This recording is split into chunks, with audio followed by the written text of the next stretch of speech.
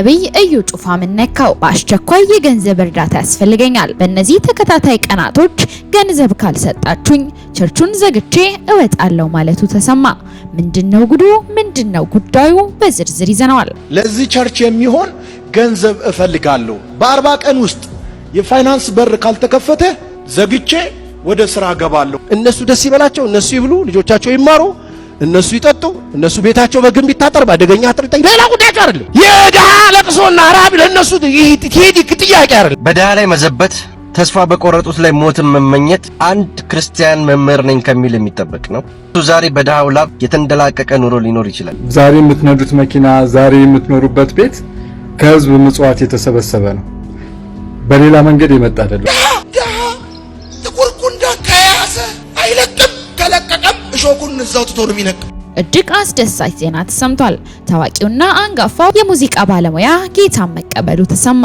ሁሉ ጊዜ ማስታወሰው ልቤ የማይጠፋው በሌላኛው መረጃችን በወንጌል አማኙ ዘንድ እጅግ ተወዳጅነትን ያተረፈው ፓስተር ዘማሪ ታምራት ኃይሌ በትንቢት ትዳር አታፍርሱ ሲል አስደንጋጭ ማስጠንቀቂያ ልኳል። ታዲያ ከነብዩ እዩ ጩፋ ጋር ምን አገናኘው? በገናኛ ቆሞ ሃሌሉያ ኢየሱስ ያድናል፣ ሃሌሉያ ሜክሲኮ ላይ ሆኖ ኢየሱስ ያድናል፣ የታመመ ለታ ማርያም ማርያም ይላል። ሰላም ጤና ይስጥልን ቤተሰቦቻችን፣ ይህ የሮማንስ ሮድ የዩቲዩብ ቻናል ነው። በቻናላችን አዳዲስና ወቅታዊ ትኩስ መረጃዎችን ይዘንላችሁ መጥተናል። እስከ መረጃው ፍጻሜ አብራችሁን ቆዩ። ቻናላችንን ሰብስክራይብ ያላደረጋችሁ ሰብስክራይብ በማድረግና የደወል ምልክቷን በመጫን አዳዲስ መረጃዎችን በፍጥነት ያገኙ። ቪዲዮአችንን ለሌሎች ሼር በማድረግ ቤተሰባዊነቱን ያጠናክሩ። እስቲ እንስማ። ጥቁር ጉንዳን ከያዘ አይለቅም፣ ከለቀቀም እሾኩን እዛው ትቶ ነው የሚነቅ። ራሴን አጠፋለሁ እያልክ ቤተሰብ የምንበጠበት ልጅ አለ እዛ ጋር። በምን ይሁንልህ? በምን? በመርስ፣ በጥይት፣ በቦምብ፣ በመኪና በምን ይሁንልህ? መኪና ካልገዛችሁ በምን ይሁንልህ? ራስን የምታጠፋው በፈለግከው አጥፋ አጥፋ። እንደውም ይገርማል። እንደውም ብያለሁ አንድ ጊዜ ሞታለሁ እያላችሁ ቤተሰቦቻችሁ የምታስጨንቁ ምን አለበት ሞቱ? ችግሩ እኮ አትሞቱ። በጣም ራሴን አጠፋለሁ እያለ የሚያስፈራራ ሰው ችግሩ አለማጥፋቱ። ምን አለ ሳይነግረን ቢያጠፋ? አትሊስት በቀረው እድሜዋ እዝን በልታ ያቺ ምስኪን እናት ባለም ይመለስ በሲሳይ እያለች ተቀብላ አትሊስት እንኳን አንድ ሰሞን ጎኗን አረፍ እንዳታረግ አንተ አትሞትም። በድሃ ላይ መዘበት፣ ተስፋ በቆረጡት ላይ ሞትን መመኘት አንድ ክርስቲያን መምህር ነኝ ከሚል የሚጠበቅ ነው። ይህን ጥያቄው ለእናንተ ለተከታዮቹ ጠይቃለሁ። እሱ ዛሬ በድሃው ላብ የተንደላቀቀ ኑሮ ሊኖር ይችላል፣ ግን መሰረቱን ረስቶት ነው። ከየት እንደመጣ የረሳ ይመስለኛል፣ ግን አስተምሮቱ ይህን ይላል። አንድ ጊዜ ይሄን ቪዲዮ ተከታትለን እንመለስ። ጥቁር ጉንዳን ከያዘ አይለቅም፣ ከለቀቀም እሾኩን እዛው ትቶ ነው የሚነቅ። ሰው ያለ ምክንያት ድሃ አይሆንም ብራዘር። ሰው ያለ ምክንያት ድሃ አይሆንም እነግርሃለሁ። ሁላችንም ራቁታችን የመጣን ነው። ሰው ያለ ምክንያት ድሃ አይሆንም። የሆነ ጉዳይ አለ ወይ አመሉ መልካም። መቼም ተቀነባብሮብህ ሊሆን ከቻለ እሱ ሌላ ጉዳይ ነው። ድሃን ይህንን ያህል የምትጸየፍ ነብይ አላምንም። ነገር ግን አንድ እውነት የሚኒስትሪ አገልጋዮች ጠቅላላ የምትባሉ ይሄ ከሙሉ ወንጌል መካነ ኢየሱስ ቃለ ሕይወት መሰረተ ክርስቶስ ውጭ ያላችሁት ማለት ነው፣ በግል ምቦር የምትሉ አገልጋዮች ጠቅላላ እውቀት ሊኖራችሁ ይችላል፣ ብዙ ህዝብም ሊኖራችሁ ይችላል። ነገር ግን ዛሬ የምትነዱት መኪና፣ ዛሬ የምትኖሩበት ቤት ከህዝብ ምጽዋት የተሰበሰበ ነው። በሌላ መንገድ የመጣ አይደለም። ምናልባት መነሻችሁ የህዝብ ምጽዋት ይሆንና ከዛ በኋላ ግን ቢዝነስ ከፍታችሁ ሊሆን ይችላል። ብዙ ድሆች ከሌላቸው ነገር ላይ የቀን ስራ ሰርተው አስራት የሚሰጧቸው አሉ፣ መባ የሚሰጧቸው አሉ። እነሱን ከሆነ እንደዚህ እየተናገርክ ያለው እግዚአብሔር ፍርዱን ይስጥ። እግዚአብሔር ፍርዱን ይስጥ። ኤዲት ተደርጎብህ የተለቀቀ ከሆነ ግን እንደዛም ሊሆን ከቻለ አንድ ጉዳይ ነው። እስኪ እናንተ ሐሳባችሁን ግለጹ። በወንጌል አማኙ ዘንድ በተለያዩ ድንቅ ዝማሬዎቹና መንፈሳዊ መልእክቶቹ እጅግ አንጋፋነትንና ተወዳጅነትን ያተረፈው ፓስተር ዘማሪ ታምራት ኃይሌ በትንቢት ትዳር አይመሰረትም፣ በትንቢትም ትዳር አይፈታም፣ ትንቢት ሲያስፈልግ እንጂ ስንፈልግ አይመጣም፣ መሰረታችን የእግዚአብሔር ቃል ይሁን፣ በፍጹም የክርስትና ሕይወት በትንቢት ሊመሰረት አይችልም። አንድ ቤት ሆኖ የሚቆመው በኳርቱዙ አይደለም፣ በቀለሙም አይደለም። ቤት ሆኖ የሚቆመው በብረት፣ በሲሚንቶ፣ በኮንክሪት ነው። ነገር ግን ቤቱ በሲሚንቶና በብረት ተሰርቶ ቢያበቃ ሲሚንቶ ከለር፣ አፈር ከለር ሲሆን ደስ አይልም። ስለዚህ ለውበቱ ቀለም ተቀባዋል። አንድም አማኝ ሆኖ መንፈሳዊ ቤት ሆኖ የእግዚአብሔርን መቅደስ ሆኖ የሚሰራው በእግዚአብሔር ቃል ብቻ ነው። ይህንን ተሰርቶ ሲያበቃ በህይወቱ እንዳይደነዝዝ፣ እንዲጽናና፣ እንዲበረታታም ሰውየውም ሻይን እንዲያደርግ እግዚአብሔር ያያል ይሰማኛል እንዲል የትንቢት ድምጽ ይመጣለታል እንጂ ትንቢት በአማኝ ህይወት ዋና ነገር አይደለም። ትንቢትም ቢሆን ይሻራል የሚለውን ልብ እንበል። በእግዚአብሔር ቃል ላይ የተመሰረተ ግን ግድ ነው። ብዙ ሰው በትንቢት ተጎድቷል። ይህ የአደባባይ ሚስጥር ነው። ህይወቱን በእግዚአብሔር ቃል ላይ ሳይሆን በትንቢት ላይ የመሰረተ ሰው በየትኛውም አጋጣሚ ለጉዳት ተጋላጭ የመሆን እድሉ እጅግ ሰፊ ነው። በአሁኑ ወቅት ብዙ ሰው ህይወቱን በትንቢት ድምጾች ላይ እየመሰረተ ነው ያለው። ነገር ግን በትንቢት ትዳር አይመሰረትም፣ በትንቢት ትዳርም አይፈታም። በእግዚአብሔር ቃል ያልተፈወሰ ትዳር በትንቢት አይፈወስም። አንድ ማወቅ ያለብን ነገር ደግሞ ትንቢት ሲያስፈልግ እንጂ ስንፈልግ አይመጣም። በዚያ አቅጣጫ ቆም ብለን ልናስብ የሚገቡ ነገሮች በጓዳችንም በየቸርቾቻችንም አሉና ቆም ብለን ልናስብ ይገባል በማለት ተወዳጁ ዘማሪ ፓስተር ታምራት ኃይሌ መልእክቱን አስተላልፏል። ታዲያ አሁን ላይ የምንመለከተው የወንጌል አማኙ በእግዚአብሔር ቃል ላይ ከመደገፍ ይልቅ ራሳቸውን በትንቢታዊ መልእክቶችና በተለያዩ ነቢያቶች ላይ ሲደገፉ እንመለከታለን። በዚህም ጉዳይ ላይ ለተለያዩ ጉዳቶችና መንፈሳዊ ስብራቶች ሲጋለጡ ከእግዚአብሔር ቃልም ሆነ ከእግዚአብሔር ቤት እያፈገፈጉ የገዛ ጎዳናቸውን በመምረጥ እየተሰናከሉ ሲወድቁ ማየት የተለመደ ሆኗል። ታዲያ በእግዚአብሔር ቃል ላይ በመደገፍና ልባችንን በመጠበቅ ከእንደዚህ ያሉ ጉዳዮች ራሳችንን መጠበቅ ይሆን ዘንድ መልእክታችንን እናስተላልፋለን።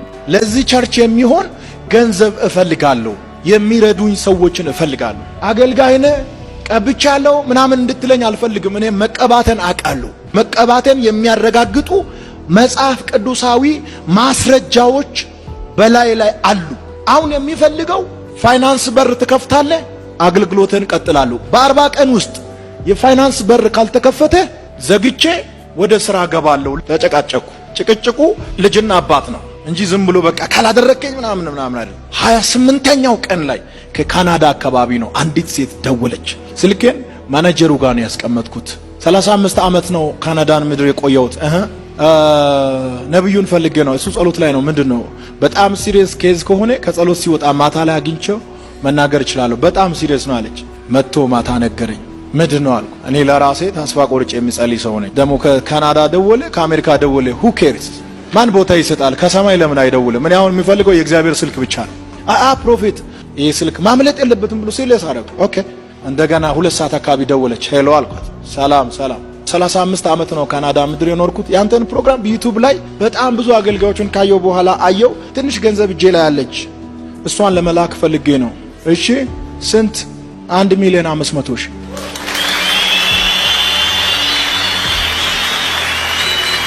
አሁን እንኳን ባሊው አለ 1,500,000።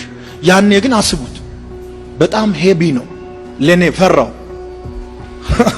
ፈርቼ ተስፋ በቆረጠ ሰው ላይ ብዙ ሰው ስለሚናገር እሷ ራሱ ሰይጣን የላካት መሰለኝና ለዚህ ነው የደወልሽው አልኳት። ፎጋሪ መሰለች። 1,500,000 ነገ ልካለው አንተ ጋር ይደርሳል። ለዚህ ነው የደወልሽው ስል አዎ ለዚህ ነው አለች። አላወቀችም። እኔ ተናድጄ ነው እሺ አመሰግናለሁ ብዬ ዘጋው። ጠዋት 3 ሰዓት ከሩብ ላይ ስልኩ ጮኸ። ስጮህ ሙስሊም ነው የደወለልኝና አዩ አለኝ። ስሜንም በትክክል አልጠራም። አዩ አለኝ። አቤት አለ። አዩም የኔ ስም ነው። ጉብኝት ከመጣ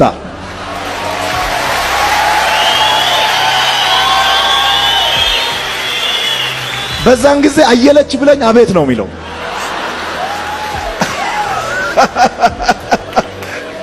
አዩ አለኝ። ወዬ አልኩት። አዩ ነኝ? አዎ አዩ ነኝ። እዩ ነኝ ካልኩ አንተ አይደለም እንዳይለኝ።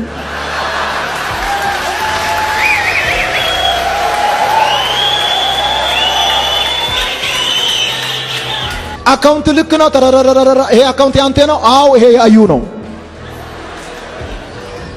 እሺ ከካናዳን የተላከ ብር አለ 1,500,000 ብር ነው አሁን ይገባል አለኝና ሳይቆይ ወዲያው 40 ምናምን ደቂቃ ውስጥ 1,500,000 ብር ወደ አካውንት ትራንስፈር አረገ። በወቅቱ ከነበረው ነገር በጣም ዘና የሚያደርግ ነገር ልንገራችሁ። ብሩ መግባቱን ካየው በኋላ ፈረው፣ በጣም ፈረው።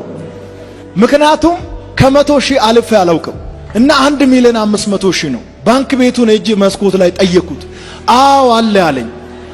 እንደገና እያልኩት አለ አለ አዎ አለ አለኝ። አለ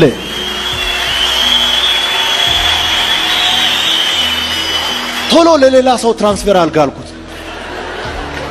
የገባውን ከኔ አካውንት ወደ ኋላ ሊወስዱ ይችላሉ ብዬ ስላሰብኩ በሰዓቱ በጣም ኮንፊውዝድ ስለሆንኩ ቶሎ ብለ ለሶስተኛ ሰው አስተላልፍ አልኩት። ማንም አይወስድም አለኝ። አንተ ምን ታውቃለህ? በቃ የኔ አይደለም እንዳስተላልፍ እምልካውም ሰው እኮ አምኜ አይደለም። ከበላ እሱ ይብላ። አንዳንድ ጊዜ እኮ ጉብኝት ራሱ እኮ ኮንፊውዝ ያደርጋል። ስትጎበኝ ስምን ብትጠየቅ አትመልስም። አንድ ቀን አንዱ ሐዋሳ ላይ ስሙ ኤርሚያስ ነው። ትንቢት እየተናገርኩ ኤርሚያስን ታውቃለህ ስል ኤርሚያስ አለ። ኤርሚያስ እኮ ነው እሱ ራሱ ኤርሚያስ። ገንዘቡ ወደ ሌላ ሰው ትራንስፈር ከተደረገ በኋላ ያኛውን ሰው ጠየቁት። አንተ ጋር ደርሷል እንደዚህ አይነት ገንዘብ ልክ ያለው? አዎ። ነገ መልሰህ ትልክልኛለህ፣ አንተ ጋር ይደር። እስከዛ አንተ እኔ ጋር ታድራለህ። ይሄን አታውቁም? እግዚአብሔር ከተገፉ ጋር ይቆማል። እምነታቸው ምንድነው አይልም። ከተገፋ ጋር እግዚአብሔር ይቆማል። ከተጣለ ጋር እግዚአብሔር ይቆማል። ከሚያለቅሰው ከተገፋው ግፍ ከተፈጸመበት ጎን እግዚአብሔር አለ። ሁሉ ጊዜ ወቆ ይሄንን እምነት ምንድነው? የቸርችን እንዳትሉት ከተገፋ ያ በግፍ የሚጨፈጨፈው ሰው ወይም የሚወድቀው ሰው ጋር እግዚአብሔር አለ። ይሄን ወቆ ከእግዚአብሔር ጋር ቆሙ። በቃ እግዚአብሔር ስራ ይሄን። በህይወታቸው ሁሉ የራሳቸውን ደስታ ብቻ ነው የሚፈልጉት። እነሱ ደስ ካላቸው ሌላው በፊት ይተካል። ጉዳያቸው አይደለም፣ የነሱ ጉዳይ አይደለም። እነሱ ደስ ይበላቸው፣ እነሱ ይብሉ፣ ልጆቻቸው ይማሩ፣ እነሱ ይጠጡ፣ እነሱ ቤታቸው በግንብ ይታጠር፣ ባደገኛ አጥር ይጠኝ። ሌላ ጉዳያቸው አይደለም። የደሃ ለቅሶና ራብ ለነሱ ይሄድ ጥያቄ አይደለም። ለምን ኬክ አይበሉም የሚሉት እነሱ ናቸው። እነሱ ከበሉ ሁሉም በቃ ጉዳያቸው አለ። እነሱ ከኖሩ፣ እነሱ ከበሉ፣ እነሱ ከዘረዘሩ፣ እነሱ ሾፒንግ ከሄዱ፣ እነሱ ከተከሉ፣ እነሱ ካጸደቁ፣ እነሱና እነሱ ብቻ ደስተኛ ከሆኑ ምንም ችግር የለም። ሀገር ላይ ሰላም ነው። እነሱ ግቢ ፈንጅ ካልፈነዳ የነሱ ጉዳያቸው አይደለም። ሰሜን፣ ምስራቅ፣ ደቡብ፣ ምዕራብ ቢታመስ ጉዳያቸው አይደለም። እነዚህ እነማን መሰላችሁ? ራስ ተኮር ይባላል። ለራሳቸው የሚኖሩ ሰዎች ሆዳሞች ናቸው። እነሱ የመጨረሻው ዘመን ምልክት ናቸው። ጳውሎስን ያስለቀሱት አንደኛ እነዚህ ናቸው። ለፊልጵስዩስ የጻፈው መልእክት ላይ አሁን እያለቀስኩ ነው ይሄን ደብዳቤ የምጽፈው ብሎ ጳውሎስ ያለቀሰበትን ቦታ ሄዳችሁ ብታዩ እነሱ ሰዎች አለ ሆዳቸው አምላካቸው ነው፣ ክብራቸው በነውራቸው ነው፣ ሐሳባቸው ደግሞ ምድራዊ ነው ብሎ ጳውሎስ አልቅሶ አሁን የምጽፈው ለሶስተኛ ጊዜ ነው ምናምን ይሄን ደብዳቤ የምጽፈው ግን እያለቀስኩ ነው፣ አለቅሳለሁ። ለምን ሲባል እነዚህ ሰዎች መጨረሻቸው ጥፋት ነው። 3:21 ላይ ሄዳችሁ አንብቡ። ፊልጵስዩስን ያወራሁት ጠላት ናቸው። የክርስቶስ መስቀል ጠላት ናቸው። የት ናቸው? ይመላለሳሉ አለ። መቅደስ ውስጥ ይመላለሳሉ። ራስ ተኮር ሰዎች፣ ሆድ ተኮር ሰዎች ናቸው። አንዳንድ የሆነ አጋጣሚ ተነስቶ ስንጮህ ምንድነው ፖለቲካ ውስጥ የምትፈተፍቱት ይሉናል። የደሃ ለቅሶ ለነሱ ለቅሶ አይደለም፣ መዝሙር ነው። መፈናቀል ለነሱ መዝሙር ነው፣ ለነሱ አምልኮ ነው፣ አዝማች ነው። ጉዳያቸው አይደለም። እነሱ ዘረዘራሉ። እነሱ በፈለጉት ሰዓት ሀገር ይወጣሉ። እነሱ በረዶ ላይ ቤት ገዝተዋል። ችግራቸው አይደለም። ምንድነው እናንተ አረፋችሁ ቸርች ውስጥ ብቻ ሰሩን። ቸርች ውስጥ ምን እንስራ? ምንም ሰራው ቸርች ውስጥ ምን ሰራው? በቃ ቁጭ ብለን ዘምረን ተደብቀን እዚህ ውስጥ በቃ አምሮብና ለቤት ብለን ነው እንደምኖረው። የምንኖርበት ሀገር አለ አይደል? ዜጋ ነን አይደል? እስቲ ኢትዮጵያ ይሆነ፣ እሺ ደቡብ አፍሪካ ይሆነ፣ እንደ ኢትዮጵያዊ ናቸው አይደል? ከፍ አታረጉ? አንተ አታረግም? ኢትዮጵያዊ ናቸው አይደል? በቃ ኢትዮጵያ ውስጥ የሚኖረው ነገርኛ አይመለከተንም እንዴ? መለከተናል። እንዳናየውም እንዳንሰማውም የሚፈልጉ ሰዎች አሉ። አይቻልም። እግዚአብሔር የሚያየውን ሁሉ እናያለን። እስቲ አሜን በሉ። እግዚአብሔር የሚሰማውን ሁሉ እንሰማለን። እግዚአብሔር የሚቆምበት ቦታ ሁሉ እንቆማለን። እግዚአብሔር ከድሆች ጋር ይቆማል፣ እንቆማለን። እግዚአብሔር ከተገፉ ጋር ይቆማል፣ እንቆማለን። ሁሉ ጊዜ ከተገፉ ጋር አለ። ወቁ ይሄን እመቤት ብትሆኑ፣ ጌቶች ብትሆኑ፣ አሰሪ ብትሆኑ፣ እናንተ የቤተ ክርስቲያን አገልጋዮች ብትሆኑ፣ እናንተ ምንም አይነት ሰዎች ብትሆኑ በቤታችሁ ውስጥ እንዲሰሩ መተው ግፍ ብትፈጽሙባቸው እግዚአብሔር የሚቆመው ከነሱ ጋር ነው። እግዚአብሔር ከተገፉ ጋር አጥፍተዋል፣ ያጠፉ ይችላሉ፣ ዲል ነው የምታደርጉት። ግፍ ግን አይቻልም። ለምን ካላችሁኝ ሰውን የሰራው ማን ነው? ሰው እኮ የፋብሪካ ውጤት ስለሚመስላችሁ የትም ይሁን የትም ይወለድ የትም ሰፈር ይደግ ማንም ይውለደው ማንም ያሳድገው ሰው የማን ነው? እግዚአብሔር ነው። አለቀ። በሰዎች በኩል የመጣ የእግዚአብሔር ዕቃ ነው ሰው። ስለዚህ ግፍን ምንም አይመስላችሁም። በጣም ጥሩ ሰው ለመሆን አትሰቃይ። በጣም የተስተካከለ ሰው የሆነ አለ አይደለ? በጣም በሰው ዘንድ ጥሩ ሆኖ ለመታየት በጣም የተከበረ ተውባክ ሐዋርያት በሕዝብ ፊት በሸንጎ መሃል ተገራፊ ነበሩ። ትልልቆች ናቸው፣ ባለትዳሮች ናቸው። እነ ጴጥሮስ በእድሜም ገፋ ያሉ ናቸው። በሸንጎ መሃል እየተቆጠረ 1 2 እያለ ሲገረፍ በአደባባይ ለነሱ ውርደት ያለ ክብር መሆን እንጂ በሰው ፊት መገረፍ አይደለም። ክብር ማንነትህን ስታሞጋግሰው አይደለም፣ ከፕሬዘንስ ጋር ስትቆም ነው እንጂ። ዛሬም ይሄን መንፈስ የሐዋርያቱን መንፈስ በቅዱሳን ላይ የወረደው ያ የእግዚአብሔር መንፈስ ብዙ የማያስወራ የሚከድን ክብር በኢየሱስ ስም በላያችን ላይ ይግባብን። አሁን ዘኔ እያወራ እንደሆነ አላስብም። የእግዚአብሔር መንፈስ ራሱ በትክክል ተቆጣጥሮኝ ይሰማኝ፣ በእውነት ይሰማኝ። ስለዚህ ስምህን ለማስጠራት ስማችንን እናስጠራ ብለህ የምትገነባው ግንብ አይኑርህ። እሺ፣ ሰልፍለስ ሁን።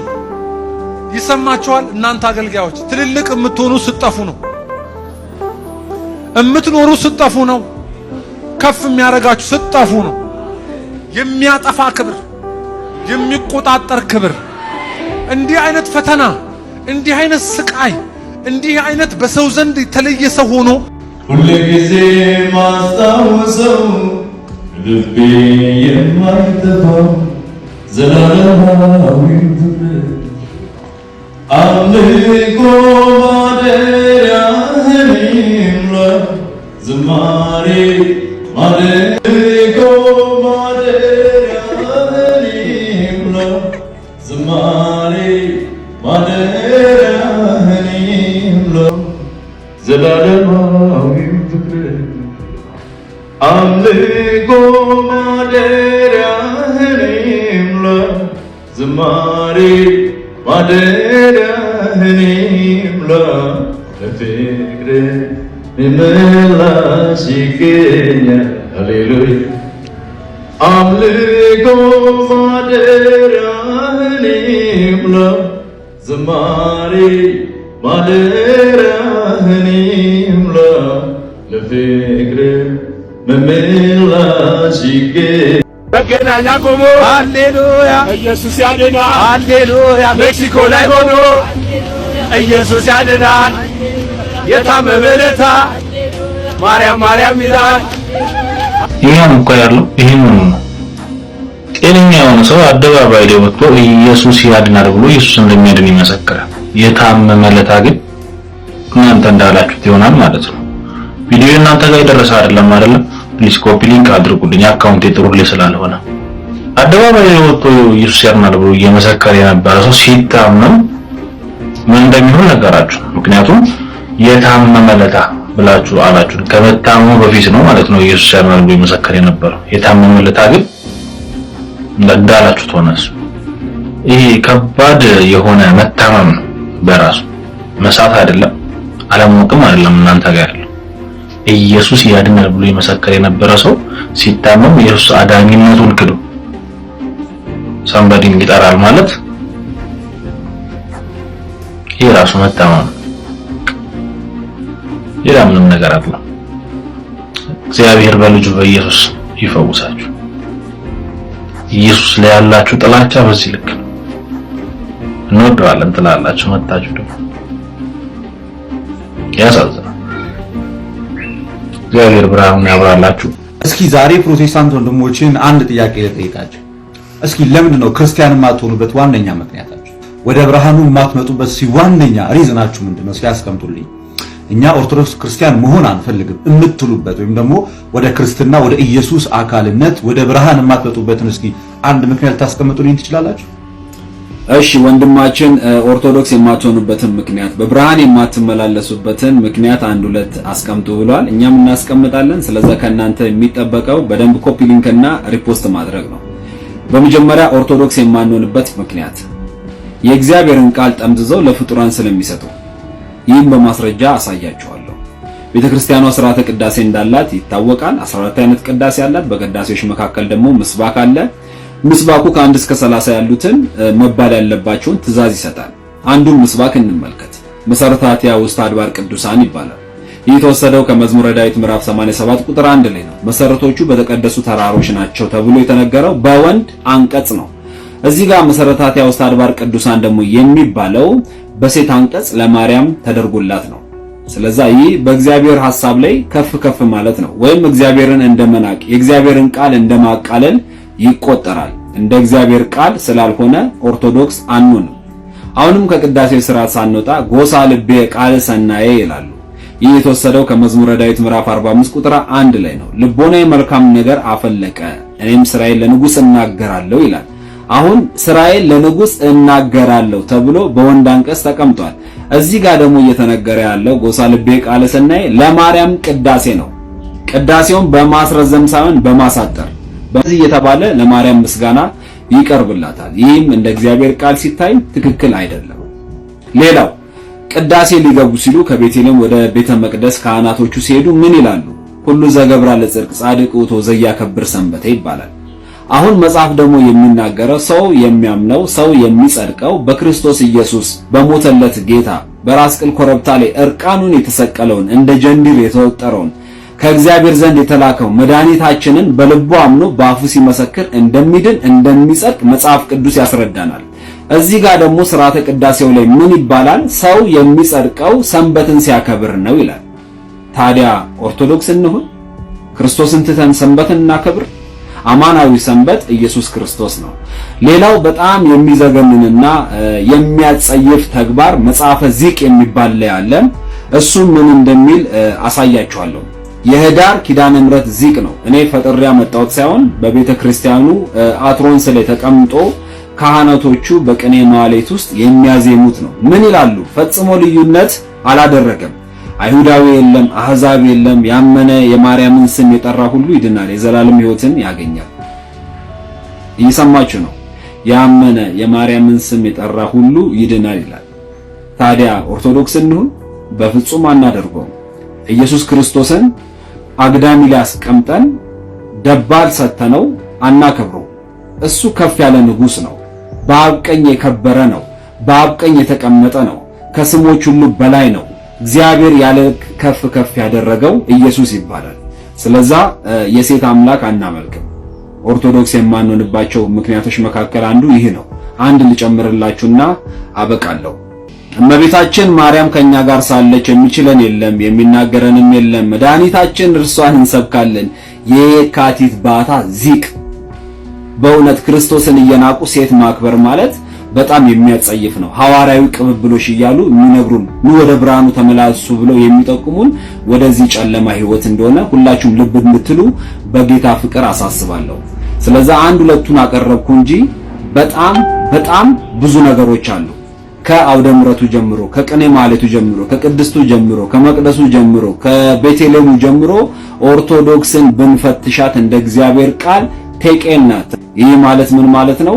የእግዚአብሔርን ነገር ትታ ራሷ በፈጠረቻቸው ድርሳናት የምትመራ ገድላት የምትመራ የእግዚአብሔርን ቃል ችላ ብላ ታሪክ ብቻ የምትተርክ ሆና ተገኝታለች። ይህ ነው ትክክለኛውና ኦርቶዶክስ የማንሆንባቸው ምክንያቶች ብዙ ናቸው።